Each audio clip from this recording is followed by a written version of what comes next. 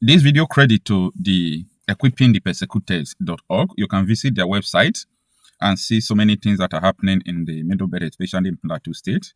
Equippingthepersecuted.org. Now, I want you to pay attention to the fresh incident that happened in Plateau State that claimed the lives of 5 family members. This thing happened yesterday around 11 p.m. The chairman of the peace observers in Bekos have confirmed the incident and narrated what really transpired. This is a brother narrating what happened to him, how his father, his son, his sisters, mother, in fact, the whole family member, because he went out, he escaped, that was the luck he had. So I'm going to use a write-up to cover some things there because of community guideline policy so that they will not take the video down. I want you to take a listen to this. I understand why I said that everybody, if you want to be alive in Nigeria, you must become a vigilante member. You must join NFS. You must own a gun. If you want to sell your land to go and own a gun, go and do it. Just take a listen. This is my father. This is my brother. This is my brother. This is my brother. This is my son. This is my brother, and this is my wife. A corpse of 8 people. My beloved father, my beloved wife, brothers, and my son. A corpse of 8 people. 1 have sustained injury. She's in the hospital because 7 of them are from the same family, from the same house. Around 9:38, I was lying on the bed. So I had a gunshot. So secondly, the gunshot was in rapid. So I now stood her up. You understand? As I stood her up, she tell me, say, I took the fear. Say, if you hear gun, you just the waka, or you just come out. And now I tell them, say, you see this gun, na attack. So I sneak as I come out. Now so they can't enter. Go shoot her. Because the entrance, they follow like this. After they go, they start penetrating from there, coming to this side. This is where they have escaped. This road is the road that they follow and escape. Precisely, they may reach 15 to 14. They are Fulanis. They speak Allahu Akbar, Allahu Akbar. You see, this is my brother. Yesterday, our pastor called him. So after he came back from church, around by that time, so he knocked. As he knocked, his wife opened the door. So now, so they followed him. So after they shoot him, they use, I don't even know whether they use gun or what. They hit his son, and they brush his wife. Bullet brush his wife through her stomach. So they let her take her to hospital. They were in a black uniform, and most of them, they are not up to 18, 19 years. I feel so sad, so sad. I feel as if I should die like them, because the world, I'm feeling it is so bitter for my life. That was 2 days ago. We were documenting something. We were writing the number of people who are still in custody, documenting the number of people that they have kidnapped so far, only in 2026. So as we were doing that, we lost count because we saw 2 different things entirely. First was 462 people who were under the captives of the Boko Haram. We remember that we did not document it because the Boko Haram released the video yesterday. That is the video you are now seeing on the screen. And this Alex Barbier just drew my attention to people who were kidnapped in Kwara State that we reported that time. And we thought, according to the state governor, that these people have been released. Unfortunately, we never knew that these people are still in captivity. So the terrorists are now releasing videos upon videos of people who are in captivity. Like, this is heartbreaking. 200 Nigerians still remain in captivity from the attack in Woro village of Kwara State, Nigeria. Government has not rescued them. The military, the special forces, they have not gone and rescued people that were taken from their homes in the night. Not only were people kidnapped, but almost 200 were massacred. Both Muslims and Christians were killed. Even Christians were burned alive and locked in their church. Over 100 bodies were buried in one grave. And ISIS just released a video of these people begging for their lives.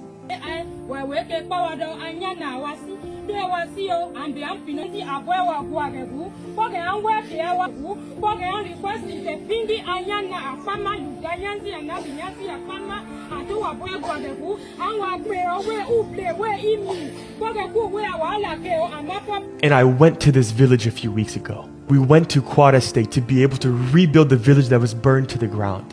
And it was the governor, the security, the local chairman who rejected it. They cited a heightened security risk. They said, no, you can't rebuild right now. Yet we still haven't heard. For months, the security has not secured that area. They haven't rescued the people. And the question is, what are we doing? They even have a Muslim governor. How is an area after 2 months with military presence there? Immediately after, I think 10 or 12 hours of the attack, they sent the military and civil defense and police and all these people to secure that village. Yet months later, still not secure. We can't rebuild.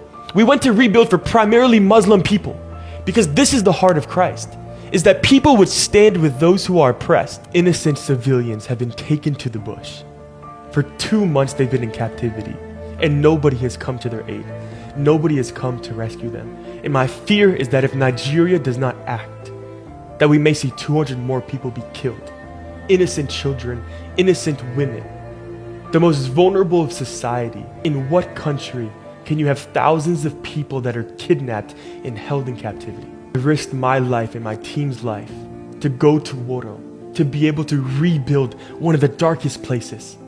That Muslims and Christians would know that the Lord is with them, that the Lord loves them, and that there are people who have a pure heart. And we went there to do that. The reality is, if Nigeria does not secure this place, we cannot build. If Nigeria does not do their part in ensuring the safety and the protection of their people, it doesn't matter what religion you are. In this region, Muslims and Christians alike are being massacred, and the government is watching. And I can guarantee that it was the governor's daughter who was in captivity with terrorists, or was the president's son or wife who had been killed by terrorists, that there would be nothing that they would not do to go and rescue them, to go and serve justice. But it's just some poor people in a village far away. For 2 months, they've been in the bush, wondering where is their people, where is their government, and they're nowhere to be found. There's no justice that has been served. Nobody has been arrested and put in prison or even given the death penalty. If you believe that for blasphemy in Islam of Muhammad and Allah that they should be killed, what about the terrorists who murder people? How many of them have been killed? How many of them have been sentenced to life in prison for terrorizing Nigerians? The Nigerian government and leaders, these people remember you for how you rescued them or how you forsook them. And the choice is yours. How are you going to use your power and your authority over your people? And I refuse to allow this to just be a trend. This is not something that appears on the headlines for one day and disappears the next. These are people's families. People have been slaughtered. People still remain in captivity in the hands of terrorists, not knowing when their day is coming. And nobody has come to their aid. Why do we have a voice if we do not use it for good? The Lord has not allowed people to speak. He has not allowed people to be in power. He has not given authority to be the very ones who perpetrate evil, to be the very ones who allow oppression. He has given us and you power and authority to stand up for righteousness. And you and me are called to do more. We are calling that the Nigerian government and security forces would go and rescue these people. Do your job. Secure Wardo Village. I am waiting to build. I've allocated the money to be able to rebuild that village, primarily for Muslim people. You have the ability to change this. You have the ability to allow us to go into that place and to restore hope. You see, I don't have much to say about this. The best thing you have to do, I mean the urgent something, I'll keep on repeating this thing. Since the government are colluding with these people, the government are indirectly and even directly protecting these people, what I want so many people to do is to make yourself a vigilante. This thing I'm just saying it, you think it is a mere play, you must own a gun. own a gun. Just own a gun. Okay? Own a gun. So that the casualties will not just be on one-sided. Like, these people will be scared to enter your community. Go and own a gun. Go look for anything you have to do. If you have one car, instead of you to buy your second car, go and buy a gun. You need it. You need it. Go and join the NFS, join vigilante group. You need gun. It is easier than you think. You need gun because don't forget, I know that anytime I make this statement, government is complicit, governments are involved. My friends who are in the police, they are not always happy. They are not always happy, me making these statements. But if I ask them questions, they will remain mute until our next conversation. Questions like, who made the call? Why did the government call soldiers to leave their place of duty? Battalion, not the one, not two. They asked them to pack out, that the terrorists are coming to kidnap. Who made that call? The government are directly protecting these terrorists. Protect yourself. When T.Y. Danjuma made this statement for a long time ago, we thought that it was a play, that if we did not fight to protect ourselves, if we rely on police and the military, that we would die one after the other. People thought that it was a joke, but it wasn't.